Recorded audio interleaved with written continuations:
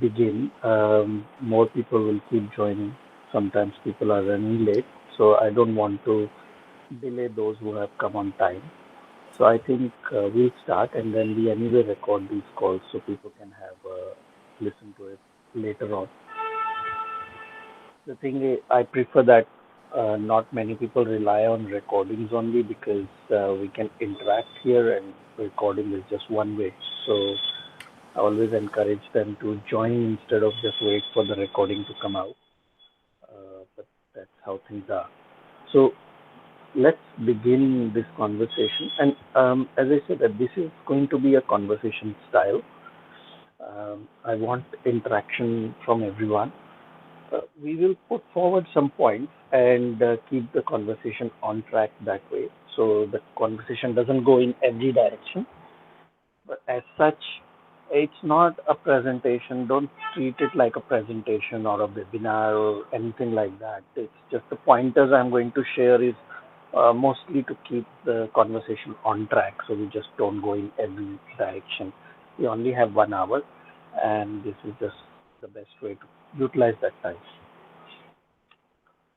So I'll kickstart by putting some points forward, and then we will take the conversation from there. So obviously, before we look into how emotional intelligence and mindfulness can help, and as I mentioned in my messages as well, that quite often people consider mindfulness when they hear the word mindfulness, it just in their head it sounds more like meditation and yoga, and that's just the general kind of understanding of what mindfulness is. I'm not saying it's not that, it is part of it, but it's a very narrow view of what mindfulness is. And for that reason, I was specifically saying that today we are not going to be talking about yoga and meditation. That doesn't mean yoga and meditation are not good or they don't work. Yes, of course, they are good, they work, they have their place, and there's enough talk about it already. So I don't want to spend time on that particularly today. And just want to say that they have their place, they have their use, but they are not a silver bullet kind of solution. There is more required along with yoga and meditation. Just yoga and meditation alone don't work, especially when the mind is very unsettled. At that time, if we only talk about meditation with people who are not able to sit in meditation, their mind is way just too unsettled. It just doesn't work, and for that reason, many people find it very hard to focus on meditation, even when they know that this can actually help them. So put that point aside. We will look into why those things don't work as well, and then what are the other ways by which we can address these challenges that sales teams face these days. So, going to build some context behind this, that rather than jumping straight into how emotional intelligence and mindfulness can help, we need to build some context that where we are coming from, so that when we put forward those points for discussion, we have a clear understanding of where this is coming from. So I'll begin by talking about top three problems that sales teams, sales professionals face these days. And I'm just saying top three. That doesn't mean this is all. They are mostly the problems. Even if we can address these top three to begin with, it's a good start. It's a good start for any sales professional, any sales team. If we can provide them some assistance, some solution, something around addressing these problems. And what are these problems? The top three problems that sales professionals face these days is the problem of following up with the client. So they have generated a lead, they have spoken to someone, and now they have to follow up. And many a times they're not really sure how much to follow up. When is enough, and in what way to follow up. So follow up is one of the challenges that is faced by a sales professional all the time. The second problem that a sales professional, a sales team face is ghosting, when just the client just disappears, stop responding to the emails and stop taking the phone calls or returning the phone calls, and people are not really sure that what happened, and that's a big problem as well. And many a times we don't know that have we actually pissed someone off? Are they angry with us about something? Have we offended them about something? Have we said something that we were not supposed to say? Or we've disclosed too much or disclosed too little? Or what is the case? Why is the person ghosting us? Because that's the problem with ghosting, that you're not getting any information about what you have done. So what to improve? What exactly to solve here? They are not really sure. So this is another a big problem that sales teams, sales professionals often face.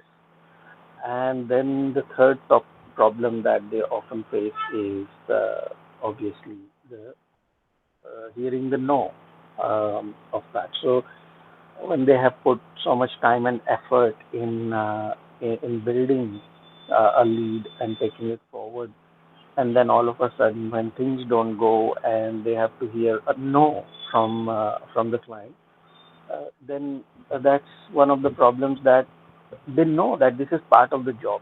Every salesperson knows that this is part of the job, that they would have to hear no. Not every lead is going to say yes. They know this. Yet still, not everybody is looking forward to hearing it. It is a big blow. At the end of the day, it is a big blow, and we will be looking at the impacts that this create on people as well. But before I go to talk about what are the impacts that are related to these problems, I'll just ask the question that what is your understanding? These three problems that I shared, what is your understanding or what is your experience around these three problems with your sales teams or people that you have worked with, or if you have worked in the same profession, then what do you think about these three problems that I shared? Any comment on this?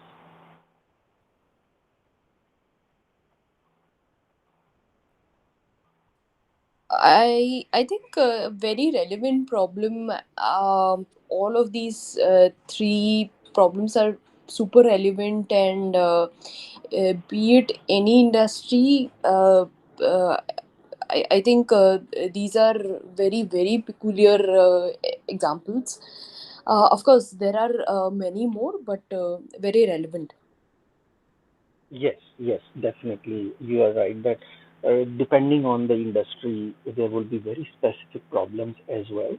But yes, you are right that my intention is to cover something which is more generic in nature, which is across different industries, as well as which is high urgency as well, which is important problem to solve as well. So yes, that was my intention, because depending on the industry, there will be very specific problems that let's say a sales professional in medical or a pharmaceutical industry would be facing as compared to a sales professional in a fashion industry or entertainment industry, IT industry. So that there will be some or many specific problems there as well. So yes, that's true. So our intention today is to stay a little bit across industry, a bit more generic, but at the same time, not generic in the sense that they are not like just not important problems. So I wanted to make sure that they are important also. They're across industry. So thanks, Amrapali. Ashish, any comment from you? Yes, Sachin. So these are very relevant points. So even though I'm not directly into sales, but as a solopreneur, every day what I'm doing is I'm selling my services. So ये मैंने काफी time देखा है कि the client suddenly stops responding and we don't even know what is the reason. So in these situations, it's really tough to manage our own self because हमने इतना उसमें invest किया रहता है. The conversation is so good and suddenly they stop responding. So this is a sudden shock Yes. and definitely EI is required at this place. At the same time, जैसे आपने first कहा कितने follow-ups लेने हैं. how many follow-ups should be there, what should be the style, how to convince them, how to persuade them. So even there, this is a very big problem. Jahan par emotional intelligence can definitely help. So these are very relevant points, and I agree with you. These are the main challenge areas when it comes to sales. Yeah. Yes, yes, great. Thanks, Ashish. Yes, I agree. And often in in entrepreneurship or sales area, one of the things that we say is that the business is actually lost at hello. That is one of the things. If every salesperson, so I this call is being recorded and we will be sharing. So if you want to pass this on to your sales team to listen, then my message to them on this call is the business is lost at hello. That is how fast you lose business. The client may not say that straight away.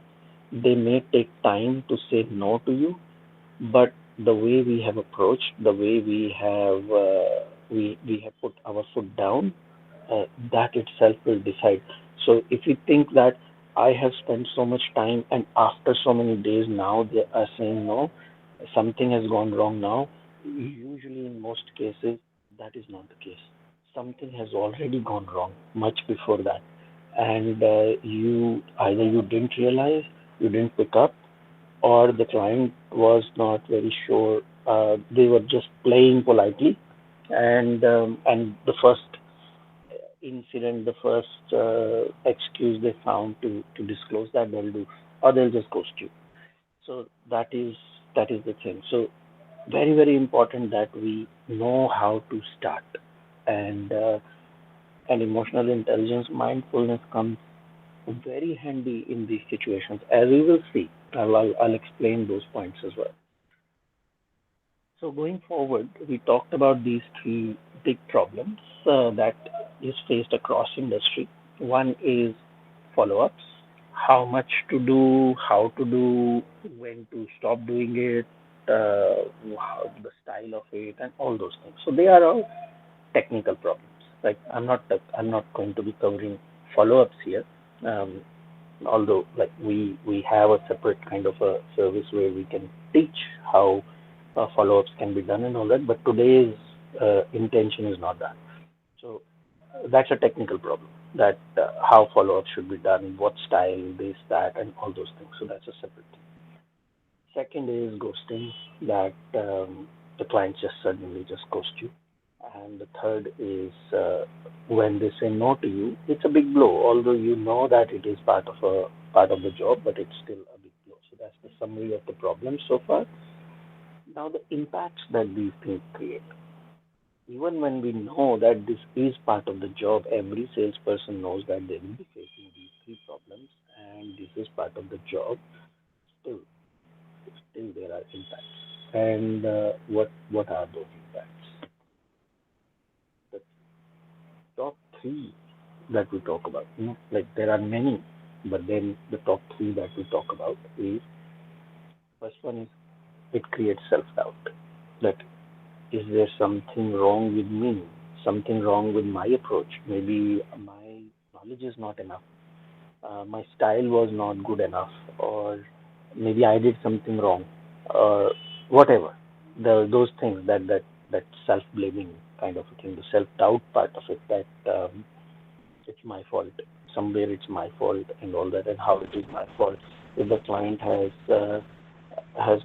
stopped uh, responding, if they have ghosted, or if they have said no, then must be my fault and all that. So that self doubt, and slowly, this thing, no matter how strong you are, when even when the water keeps dropping on the stone, bit by bit that stone erodes. So this does chip away the self-esteem of the person. Bit by bit, bit by bit, bit by bit, over months and years in the same scenario, you have going through all these things, it does impact the self-esteem of the person. No matter how strong the person feels that they are, how strong they feel that they are from inside, unless they have worked on themselves, which we will be talking about that what is that work. Unless the person has worked on themselves, if they have not done nothing, if and when I talk about work on themselves, I will explain what it means. But here I am assuming a person who has not done much self work, who has maybe uh, received some kind of education and qualification from a good institute or an average institute, whatever. So they have received the education, they have joined the industry, they may be new, they may have experience. Doesn't matter. If all they are doing is just working and never worked on themselves, then their work experience doesn't matter. This problem is not about work experience. With work experience, they may know some tactical ways of how to deal with this, but those tactical ways are only the outside bit. Inside, it still chips away the person. Inside, it still hurts them. So that is the thing. It does impact. So the first impact is doubting self. Second impact that people face is it hurts their ego. We all have egos. When someone stops talking to us, stop responding to us, and we have to keep following up, and the other person is not responding very nicely or very, you write a one-page email and the other person only just writes you back like one sentence or a few words and all that. It does hurt. So there is an element that it hurts the ego.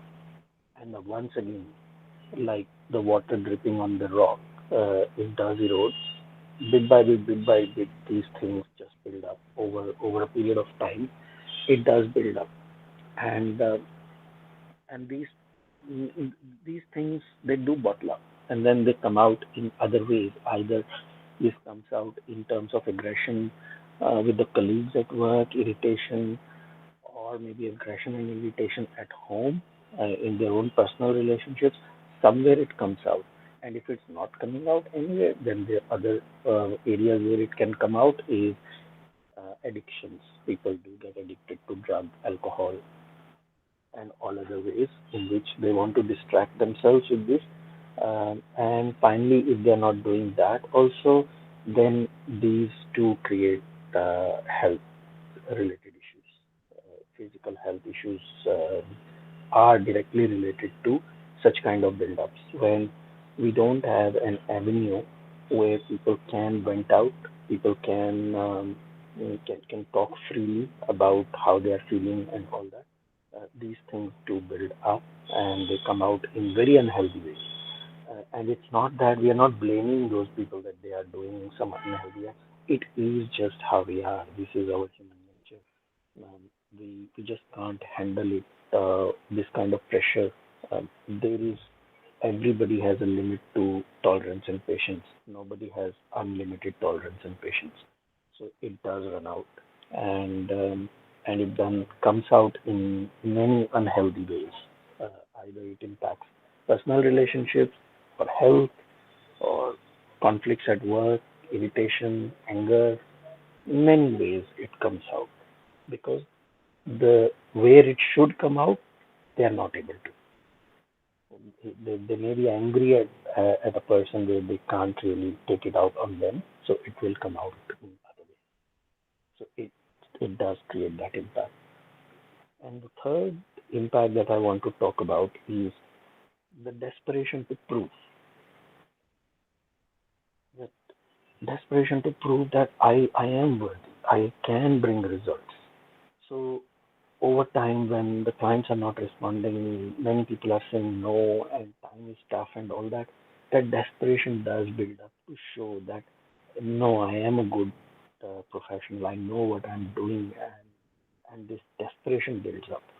And especially desperation in this job area is not a very good idea because they have to work with people, and with desperation, you can't push people more to get results. Already, they are not able to.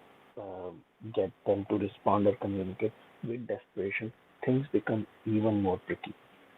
So this does come out that kind of impact. But now I want to stop and I want to get some feedback on what you guys think.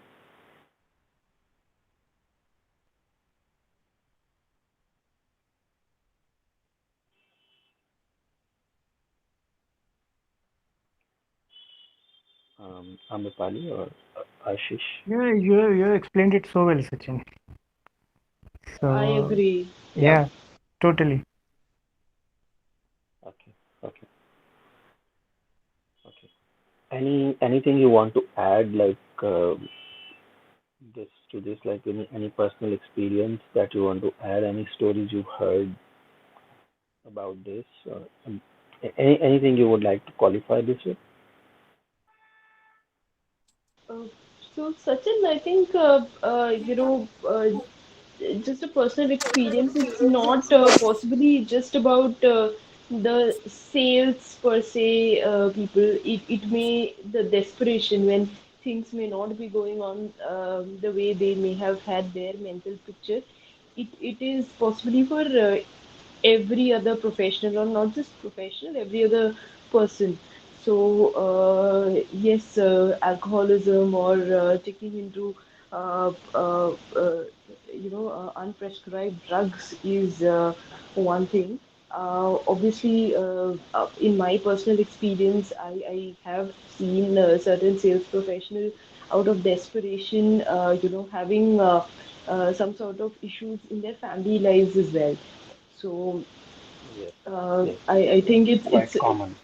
it's quite common, and not just about sales professional. I think very true about any other individual as well. So it's possibly I've seen one Mm, case in mm, a profession who is in finance as well. So something not going in their way, and then yes, yes, I agree. I agree that these things can be across other departments as well. This is not just specific to sales. So yes, I would definitely agree that any other department where people have more people facing roles, this kind of thing will also be there because we are talking about, see, when we have more technical jobs, when we are not really talking to people, there are still more things that we have in our control where we can be desperate and get results and things like that. But when our work depends on other people to give us information or do things for us, in that mode of desperation doesn't solve many problems. That just creates more problems only. And we are talking about today. We are mainly focusing on sales because that's the department which is mostly people oriented. But yes, your comment is totally right that any other department which has similar kind of setup will face the same problems too. That's quite true. All right. So we'll move ahead and talk about that three common coping mechanisms that I have seen in, once again, I'm keeping my talk to sales teams only for today. But yes, I agree that many of these points apply to other departments as well. Just for our talk, these 3 points I'm going to talk about specific to sales teams. That the top three coping mechanisms that I have observed that when we talk to our clients and uh, talk to the people that we know in this field, the top three coping mechanisms that they apply to manage these impacts, manage these problems that they face these days at the moment are these that I've heard. So first one is learning NLP.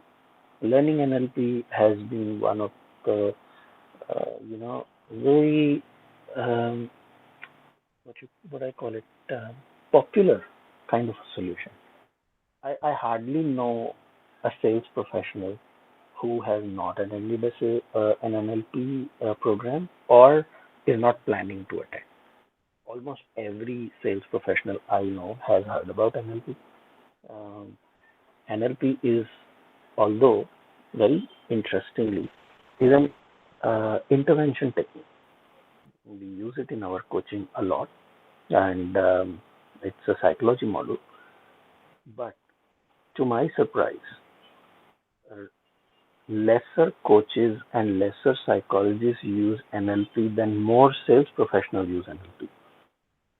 And they talk about that. They have, for some reason, NLP has become a technique to see how we can pursue uh, this particular or persuade the client, and how we can convince them what we are talking, and from that angle. So NLP has been explored in sales area from that angle. I feel that this is a tool that can help them to manage those problems where they have to hear less no. They will be able to convince their point better to the client if they apply NLP techniques. The second coping mechanism, which I have often heard and seen the sales professionals apply, is they become self-propelled motivators. So, facing so many problems in life and facing so many impacts on a daily basis does propel the person in that direction. And then they start to read all about these self-help books and follow the experts and the motivators, motivation speakers, and all that, and then pick up the jargon, pick up the terminology, and then start talking like that as well. So over time, they do become self-propelled motivators. They start talking like that, and they feel that by adopting those techniques, by adopting those mindsets, and by becoming more optimist and keeping their motivation high, they will be able to handle the pressure created uh, by the way this job is. And the third thing is they become more knowledge seeker. Whatever knowledge they have, they feel that it's not enough. They need to research more. They need to know more. The more they know, the more knowledgeable they can appear in front of their clients, and the more they can uh, persuade them, convince them that they are the right choice or their company is the right choice. So they have to know more. They have to learn more. They need to collect more information, and they have to learn everything. So they become like these learning machines, and learning becomes their mantra in life. It becomes so much that even when they are talking about motivation and all that, they are listening to all these motivational speakers. All they are doing is learning. Learning is all that they are doing. And they are not learning from experience, they are learning from books. That's the biggest problem. That is why these coping mechanisms don't give them enough results in life, because all they are doing is learning, just grasping more and more, just mugging up information. So they feel that the more they know, the more they learn, then they can vomit it out in front of the other person, and then they will appear more knowledgeable in front of them, and they'll be able to convince. But the focus is not on doing, the focus is not on being, focus is only on learning. So these are the three coping mechanisms that I have observed that people apply. Now, once again, ask for your comment that what do you guys think about it, or anything else that you have observed.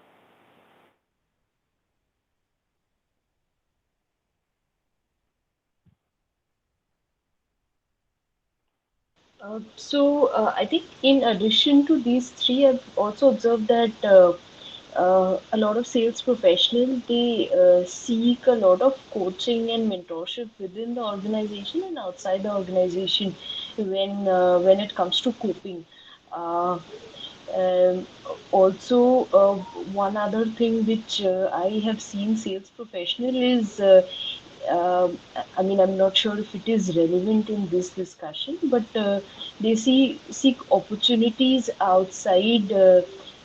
their current profile, if things are not going their way for some time, and they possibly seek for job outside or look for change.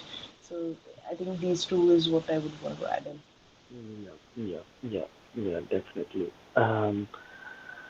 Changing the job is one of the things that is the what you call it.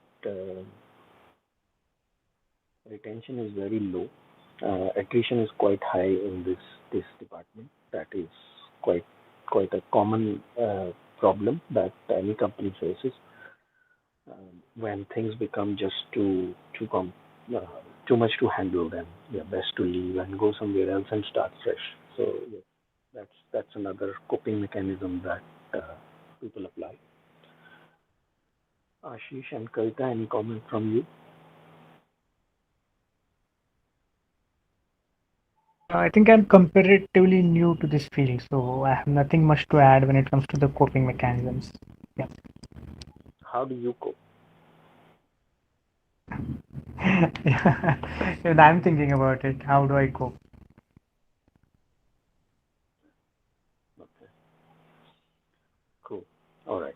So let's move ahead and we'll talk about how AI, emotional intelligence, and mindfulness can come into picture here, and what can be done to address these problems and these impacts and these things that we have discussed. So it was important to create a context behind what I want to talk, so we know that where it is coming from.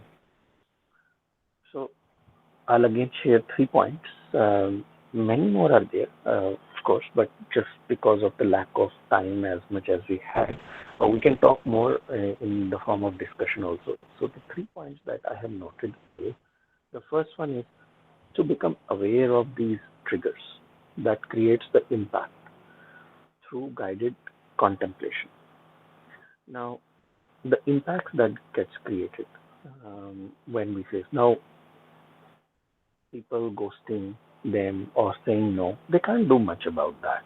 Right? That will happen. Why the other person is ghosting and all that, we don't know. However, what we need to do is we need to manage our own emotional intelligence, our own emotional state. And in order to do that, I need to know that what triggers me. When this happens, why do I feel a blow on my ego? Why do I feel a blow on my confidence, on my self esteem? Why do I start doubting myself that I must have done something wrong? I must have pissed them off. I must have sent them a email that I shouldn't have, or whatever. So why those things trigger me? That is something which we need to focus on. Now, if the person who has been ghosted, who has been working on an account for a very long time, and everything was going well, and the client was responding, and all of a sudden the client stopped responding, and now this person is feeling very agitated, very stressed, very anxious, and we ask this person to go and sit and do meditation. This person is not going to do it. He will not be able to do it. It's impossible for for this person to focus in if this person has never done meditation before. So this is the reason why I mentioned that meditation and yoga is not the solution, because the solution here is for the person to understand why this thing is agitating me, why this thing is triggering me so much. So it is very important to dig deeper into this and figure these things out. Now, this is something which, and again, what I'm going to say is nothing to do with that someone is not capable of doing it, or it's not about someone's ability or skill sets or anything. No, it's not like that. This is something which should be done with another person. It is like that you may be the best heart surgeon in the world, but you cannot operate on your own heart if you are going through the problem. You have to take help from another person, another doctor. So this is like that.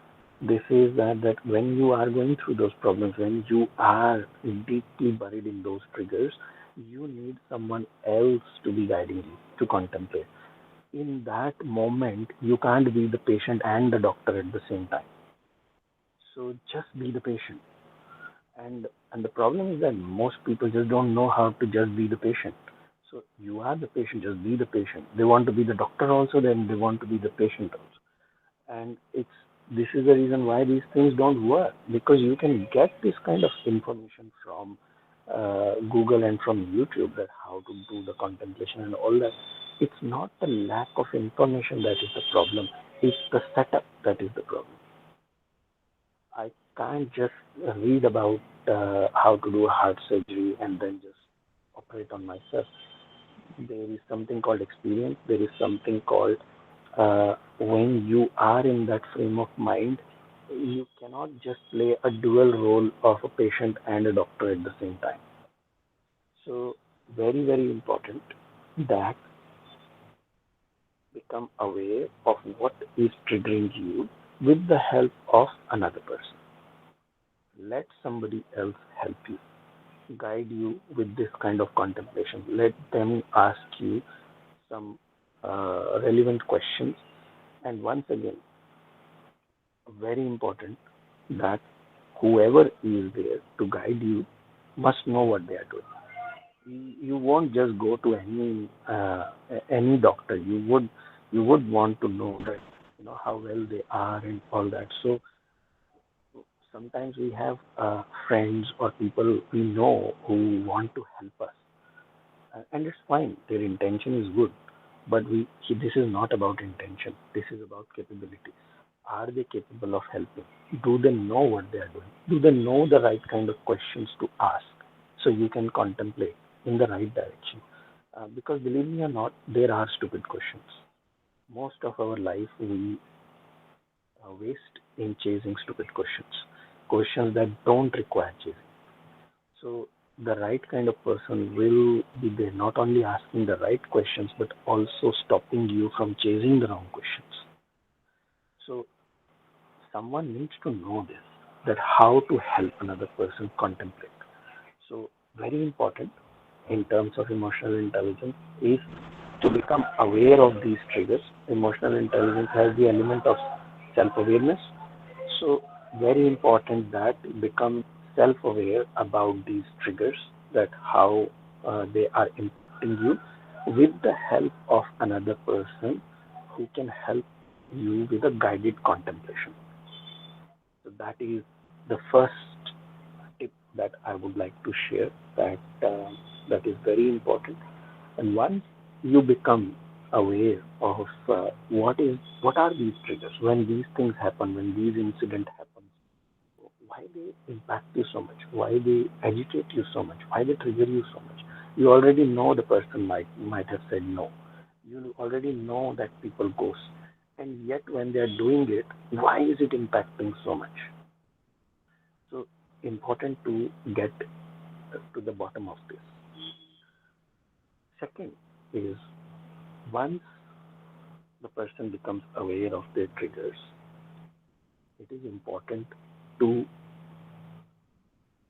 heal them. It is important to figure out how to fix them. So mindfulness and emotional intelligence again comes into the picture here, is how to create a healing process around this. The healing process usually is very customized person to person, because we all have individual experiences in life. The process can be same, but the way that process is executed is usually customized. So what I mean is that we know that at a higher level, if someone is going through this kind of problem, then these are the steps that they can take in order to come out of that. Now they have become aware of their triggers. They have become aware that what agitates them. There are some high level macro steps that are there, that do this first and do that later and all those kind of things. So there are some modalities that can be used, but which modality and what step to apply and what will work for this person and what will not work for that person is very, very specific to the person, their preferences, who they are, their experience, their knowledge. Many things need to be considered in order to tell them that, okay, try this way of healing, try this way of fixing that trigger that you are facing. But important is again doing this with the help of someone who can monitor. So don't be a patient and the doctor at the same time. So let another person help who can monitor this thing for you, who can say that, yes, okay, let's try this for you, and you just do it, you just follow the instructions, and I will monitor. So the person who is facing this problem, the sales professional, their job is just to follow the instructions. They are that's the only thing that they have to do. Just follow the instructions. Whatever the other person is saying, follow it, do it, see what whether you get the results or not, and let the other person fine tune it. Let the other person fine tune it. That okay, now what? So again, the person who's fine tuning it must know what they are doing. So you can't just put yourself in the hands of a friend or a family member who has very good intentions in helping you, but they have no idea how to create a healing process. So the intention is not enough. The person needs to know how to create a healing process and how to take you step by step, how to measure that how this is going, and if something is not working, then how to fine tune it and customize it for that person. So this is very important. That is required. Unless these things are done, unless you put the mind to rest by doing these kind of things, this person will not be able to meditate. This person will not be able to benefit from yoga and meditation because they're just not settled enough. They're just not grounded enough. Too much is happening in their life. Too many things are bothering them, and they will treat yoga and meditation also as a task, as one more thing now that they have to do. So this is not going to help them. The third thing that will help over here is practicing empathy. Now, out of the five components of emotional intelligence, empathy is one of them as well. And I consider that empathy is at the heart of emotional intelligence. Empathy very different to sympathy. Once again, it's uh, the intention of this call is not to go in the depth of that, but if you want, we can discuss that as well. However, empathy, just to quickly say that difference between empathy and sympathy is that you can sympathize with anybody. You cannot empathize with everybody. You can sympathize with everybody.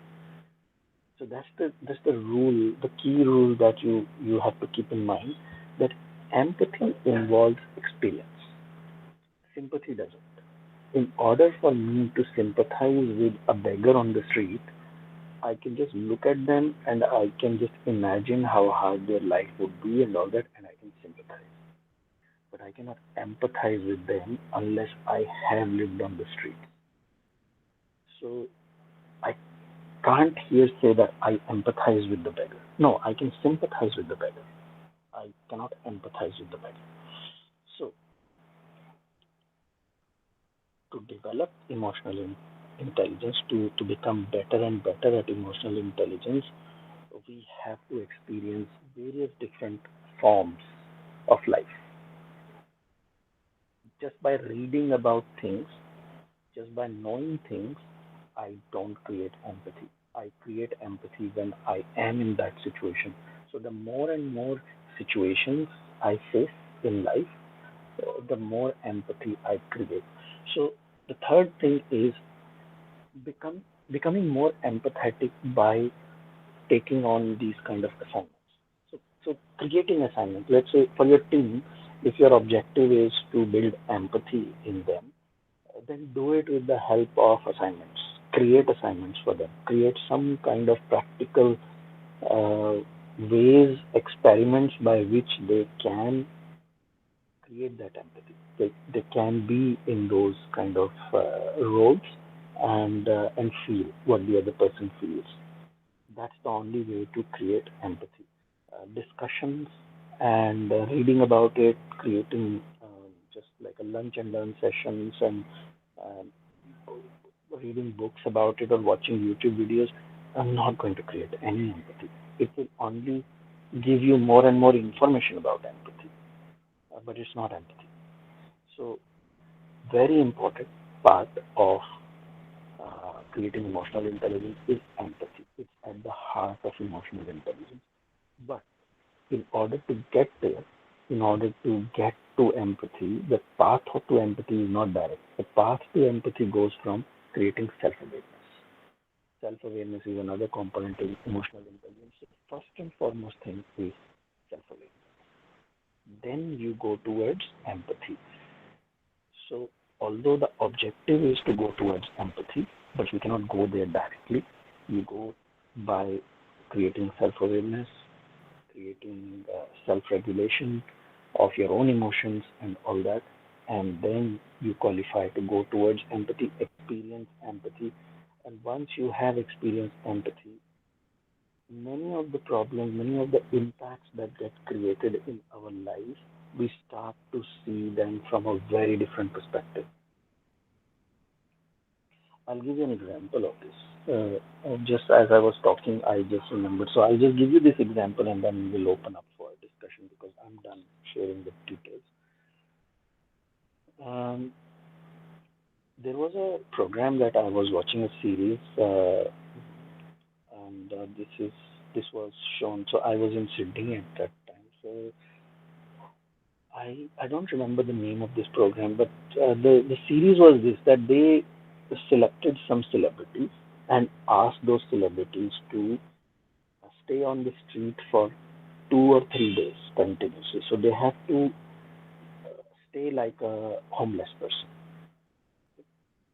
They have to figure out how they will eat, how they will drink, and where they will go for toilet and all that. So basically, everything they have to just figure out themselves.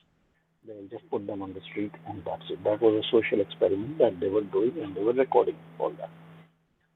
So in that, there was one person before he had this experience. This person always used to hate people who ask for money.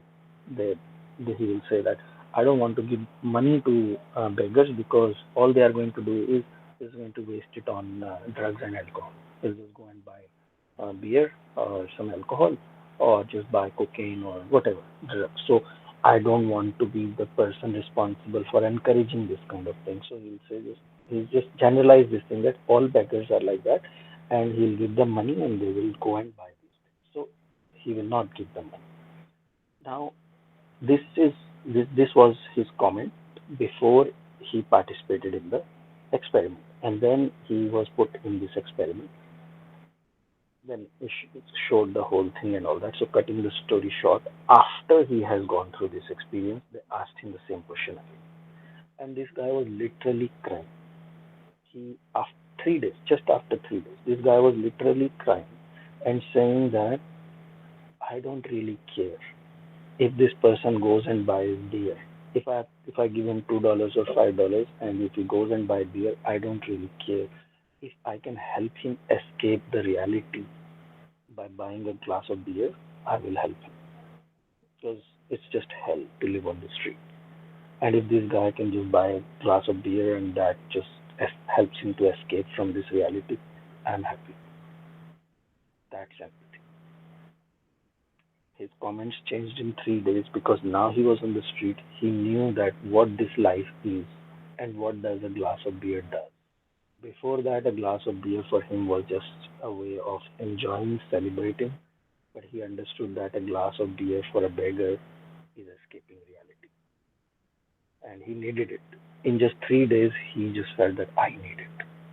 I can't take this life. And someone who is on the street indefinitely, this guy was just in tears. He just couldn't believe when they showed him his comments that he just said 3 or 4 days ago.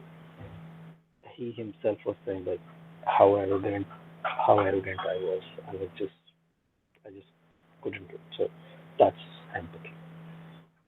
Now let's open up the topic. I've shared what I wanted to share. Any comment?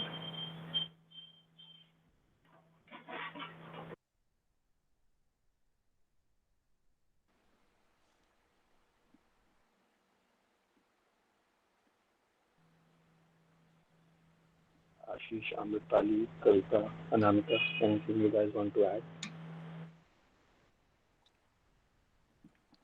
Yes, let's hear from Ashish, Amrapali, Kavita. Yeah, Amrapali. Sachin, I understood the topic of empathy.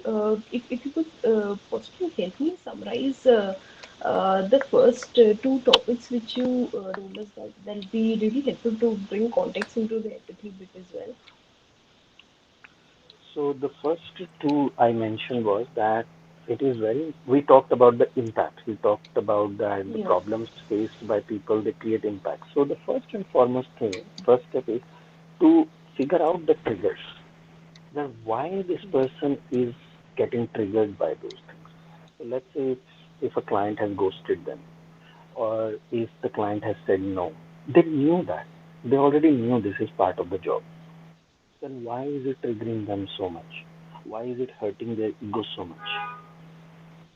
Why are they self doubting so much? So why this thing keeps coming up? Why is this building? So identifying those triggers is important. Just only going and sitting in meditation or talking, um, having like just throwing motivational talk jargons here and there is not going to solve the problem, because from inside this person is agitated. From outside they are just talking, nothing happened, and they are just, they can ignore this, but inside they are not able to ignore it. So it is important for them to figure out what is triggering them, and this is done with the help of giving them some questions, some what we call contemplation questions. So they need to contemplate on this. They need to dig deep that where is this coming from. So that's the first part. The second part, I said that once you have identified these triggers, once you have identified where this is coming from, it is then time to create a healing process for them. They need to come out of it. So someone needs to create a healing process for them, a step-by-step kind of a process which says, okay, now let's do this to fix this. So until these two things are done, this cycle will continue to repeat in this person, and if they are not able to take it, then what will they do? They will just leave the job, go somewhere else. Leaving the job, going somewhere else is not going to change their life. It's just going to only delay the problem arising at the new job a little bit later. Yeah, yeah. So you just So, change job, go somewhere else, and then just rinse, repeat. The cycle just continues in life. yeah, Just keep going like that. So absolutely. somewhere they have to stop and face this. Yeah, yeah. So, Sachin, I mean, very topical insights which you have shared. Uh, I had a question that although we do have an overall understanding that a person would want to heal, and meditation may not help that person at that time, but for a large scale organization, if you could also share some tips how to bring this into practice, and especially when a large population of frontline or middle management sales folks is in the picture. Yes, yes, that's a very good point. So for a larger group, I would say that the first and foremost thing is the head of the group, the head of that team needs to understand the importance of this thing. So why I say that is that uh, let's say if, right now there is no salesperson on the call right now. Let's say there are some salespeople on the call. The first thing that I would have heard from them, because I've heard this many times, and I'm so confident that I would hear from them, is that they understand all these things. but their boss wants results. So they feel that they understand all these things and they would love to have this kind of flexibility and this kind of freedom to practice all these things, but their boss wants results, and they don't think that they will have the uh, what you call it, the playground or the facility to actually work on this. First and foremost thing, the bosses have to understand this, that they cannot expect improving performance of a team if they don't understand that these things need to be done. People need to be taken care this way. So this has to click. Otherwise, you send the entire team for this kind of work, and the entire team is convinced, and on the boss is not convinced. Then at the end of the day, uh, we in business we say a business can never outperform its leader. The same thing applies to any team. A team can never outperform its leader. The leader is the lead. Doesn't matter how evolved, how mature team you have, it is the leader who is the lead. And if the leader doesn't understand these things, people will feel frustrated under that person because they want something else from them and they are not doing it. So the bosses, the leaders of the team have to first understand that this is important and they have to create this facility for them. And now the question is, what is this facility that they have to create? The facility that they have to create is this, at least these three things that I mentioned, these 3 points that I mentioned, at least have these three. There are many more things that can be done, and I say that we can try those many more things later on as well. But first, try these 3 things.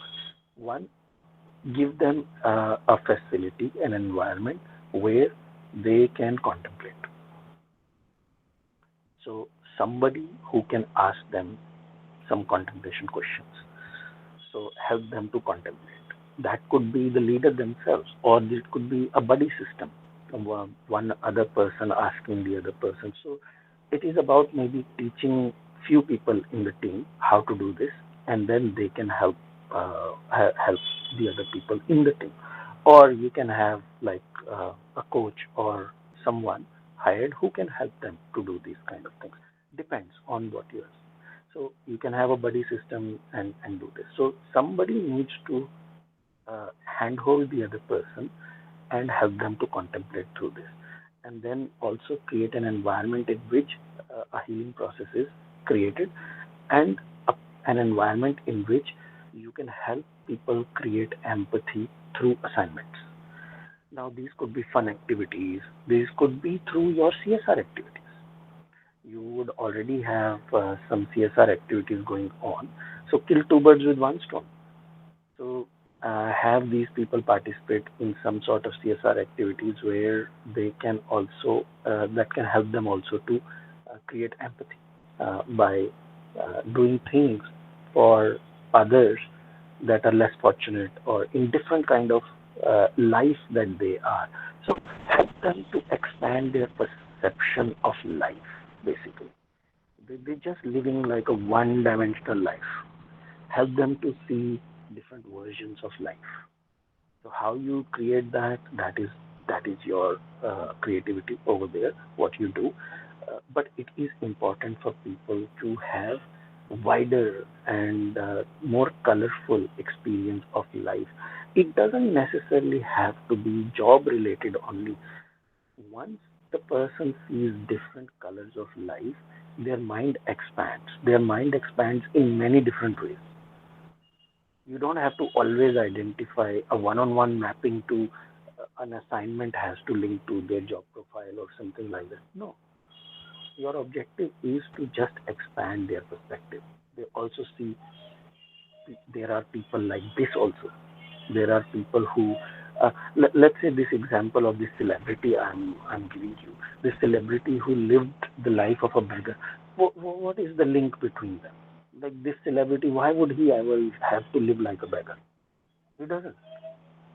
But he lived like a beggar for 3 days, and that gave him a different taste of life. and this just expands him. One thing that expanded him in a way is that he knew that he's not right in every situation. He's also wrong in some situations. That itself is a very good learning for many people who just think that they are right. So now he knows that he's not right. There are there are things that he doesn't know. So he needs to start now saying that I don't know this. Maybe I'm wrong. For someone to even develop that empathy to say I may be wrong, maybe I don't know this, that itself is a very good expansion of a human being. So creating an environment in which you create this kind of facility, have a like a weekly call, have a weekly kind of a get together, a 1 hour discussion, open discussion in which people can just freely talk about their what is on their mind.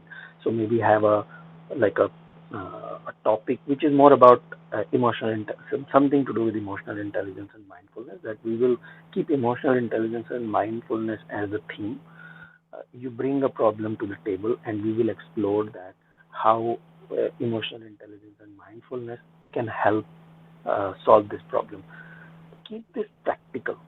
Don't just pick topics and just kind of discuss hypothetical scenarios or watch a TED video, TED talk, or something like that. No, keep it practical. Ask a person in the team itself that what is the challenge that they are facing this week or last week, personal life, professional life, whatever. Initially, people may not be very open to start talking, but you see, over time, you will see that people will open up, people will talk.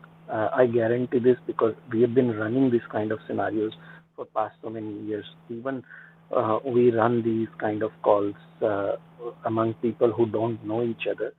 Initially, in the group, people don't open up, but don't worry, they will open up. So over time, they do open up. People want to open up. I can tell you that people want to open up. It's just that you have to give them that kind of confidence that this is the right place and they can open up, they will open up. So creating that facility where they can talk freely about it, and someone who's moderating that kind of talk, who's moderating, guiding the structure. So not so much uh, guiding that what people should say and all that, but just maybe keeping it on track and making sure that things are discussed in a more healthier and in a more practical way rather than just hypotheticals and all those things are theoretical things are being discussed which nobody finds any relevance. So create those kind of environments within your team, create that kind of culture within the team. Start with small number of people. Even if you have uh, a large team, start with small. Start with 5 people, 10 people. Um, we believe that we believe in 80-20 rule that if 20% people in a group change, they impact the other 80%. So, in order to bring a change in any group, we don't have to focus on the entire 100% because that is an overwhelming thought. If you have a big company, that is an overwhelming thought that, okay, now we have to make sure everyone. No, you don't have to make sure everyone goes through it. You just make sure people go through it in batches. Start with a small group, work with the small group. That small group, when they change the way they interact with people, they will create ripple effects. They will inspire other people. They will motivate other people in the team, and you will see a change in behavior of other people also. This this will happen. You just try and give it a go. It will happen. The 80-20 rule applies over here. Only focus on the 20% people in the group and start the work with them. They are the champions. Start the work with them, and you will see that the rest 80% do get influenced by them over time. Does that answer your question? Absolutely, Sachin. It was super insightful, and thank you so much for this. Okay, great, great. Okay. Anything else? Anyone wants to? We are over time now, so I'm mindful that you all have your Sundays to enjoy as well. So we can keep talking if you want to talk more, but since we are over time, and if there is no more, then we can wrap up also. If any question, any last question, anything you want to say, Anamika, Ashish, Kavita, Amrapali, anything more to say? Nothing from my side. It's great. You uh, covered everything really well. Thanks, Ashish. Thank you so much. A very insightful session, and I have personally learned a lot. Great, great. Thanks, Amrapali. Kavita, any comment from you?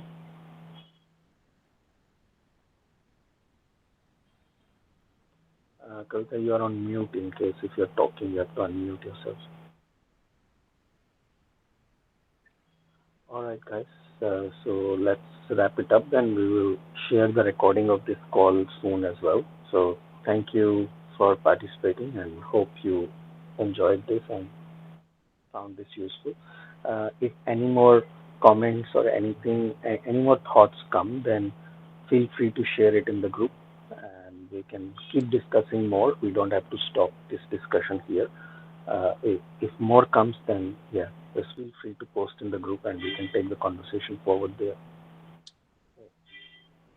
Thanks, guys. Thank Thanks, you. everyone. Good day. Bye bye. Thank you. Have a great day. Yeah.